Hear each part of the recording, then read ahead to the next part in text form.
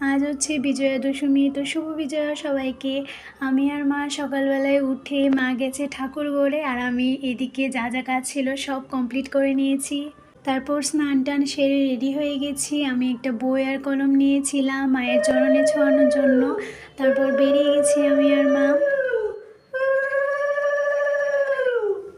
ভেবেছিলাম আমরাই হয়তো তাড়াতাড়ি চলে যাচ্ছি, একটু তাড়াতাড়ি বেরিয়ে পড়েছি কেন কি বাড়ি এসে রান্নাবান্না আছে। কিন্তু গিয়ে দেখি ওখানে এত ভিড়, মোটামুটি সবাই চলে এসছে। লিটারেলি লাইন দিয়ে মাকে বরণ করা হচ্ছে। তারপর একে একে সবাই মাকে বরণ করে নিচ্ছিল, আর আমরাও যা যা মায়ের চরণে ছোঁয়ানোর ছিল সব ছুঁয়ে নিয়েছি। আমি আমার বইটাকেও মায়ের চরণে ঠেকিয়ে দিয়েছি। তারপর ওই ঘরটাতে মায়ের মুখ দেখার অনেকক্ষণ চেষ্টা করার পর একটু দেখতে পেয়েছি। সবশেষে শুরু হলো সিঁদুর খেলা।